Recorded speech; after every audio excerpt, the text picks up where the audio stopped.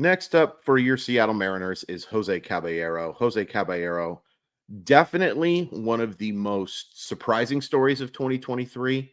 And I think one of the better stories of 2023. It's always fun when guys that you do not expect to contribute whatsoever come up and provide some decent little value. You can tell it's decent little value because we have done a lot of players so far. And Jose Caballero, we've gone in order of war from negative to positive, and it's time to talk about him. But before we talk about him, let's talk about another positive, Simply Seattle. Very best in Seattle sports gear. Great stuff for the Mariners, Huskies, Seahawks, Kraken, Storm, Sounders, Cougars. You can find it all at simplyseattle.com. Once you find it, enter code MollyWatt15 to save 15% off your order. Just type it in at checkout. There is a link in the description, but thank you so much to the very fine people of Simply Seattle. So Jose Caballero appears in 104 games. There is no way anyone could have predicted that. 280 plate appearances. He hits 221, 343, 320 with 4 homers, and he steals 26 bases. 663 OPS. That's an OPS plus of 90, 100 being average.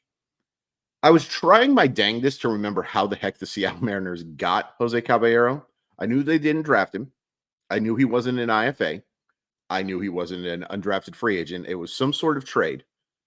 And I was just scrambling trying to think of it before I finally had to cheat and check Baseball Reference. And for those of you who don't remember, like me, it was the Mike Leake trade in 2019, which doesn't the Mike Leake trade feel a lot longer ago than 2019? I cannot even picture Mike Leake pitching for the Mariners. Why was that so hard to say? Mike Leake pitching for the Mariners. But they get him. He's organizational fodder for 3 years, goes undrafted in the Rule 5 draft. But the Mariners give him a shot. And for the most part, it was pretty darn successful, all things considered. Now, there were certainly flaws, and there will always be flaws with Jose Caballero. There's a reason why he wasn't considered a prospect coming into 2023. There's a reason why he went undrafted in the Rule 5 draft. Because if you think about it, his skill set would make the most sense for a Rule 5 draft pick, right? Like the ultimate type of guy that you are counting on to be a utility player. The Luis Uguetos of the world, if you are old like me and remember players like Luis Ugueto. I think that what you're looking at here is the atypical bench bat. And I think he's going to end up actually playing a little more than he probably should. But there's some justification to it. And one of the big justifications is how good he was against left-handed pitching. Against left-handers in 124 plate appearances, 63 games, 265, 395, 363. That's a 758 OPS. But the on-base percentage is the key there. Getting on nearly 40% of the time against southpaws is obviously valuable. He was especially good against relievers because against left-handed starters, 242, 345, 384. That's solid.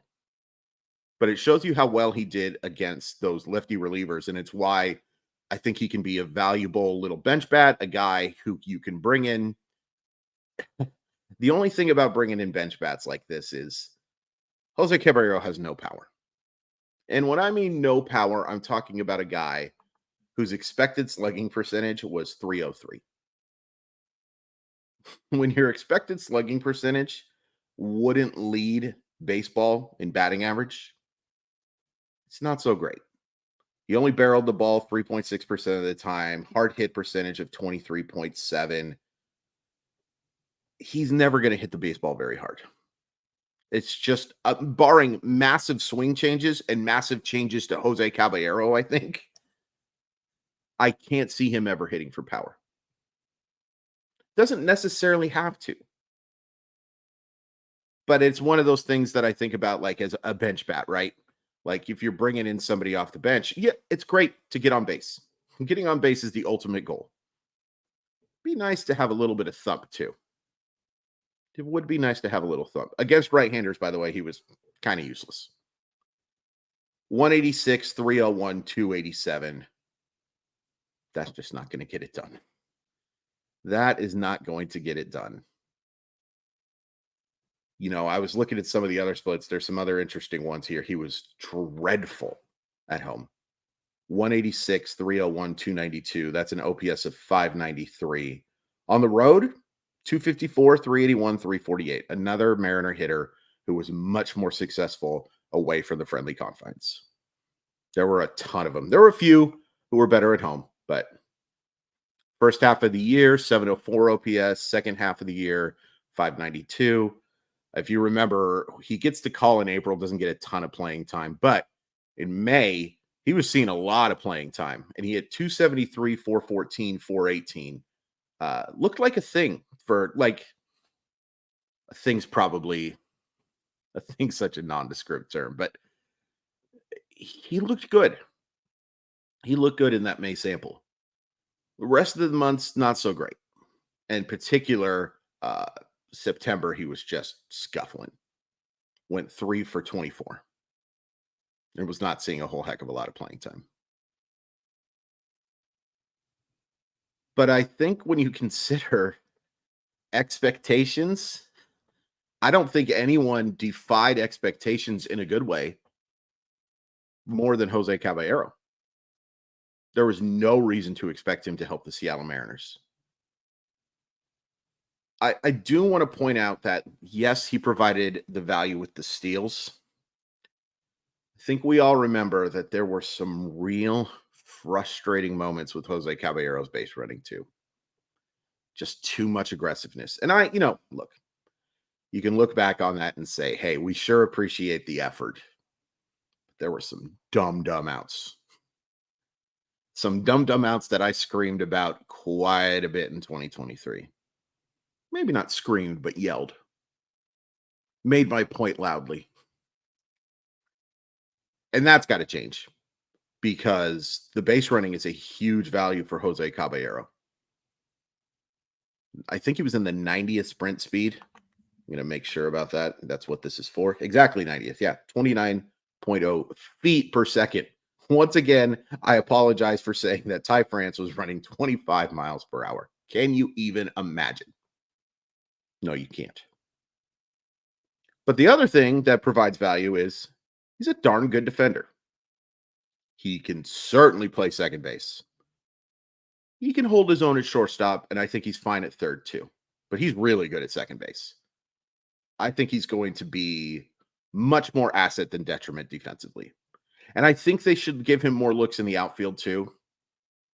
I don't know how much it's necessary, but it's nice when you can have a guy like that play in the outfield.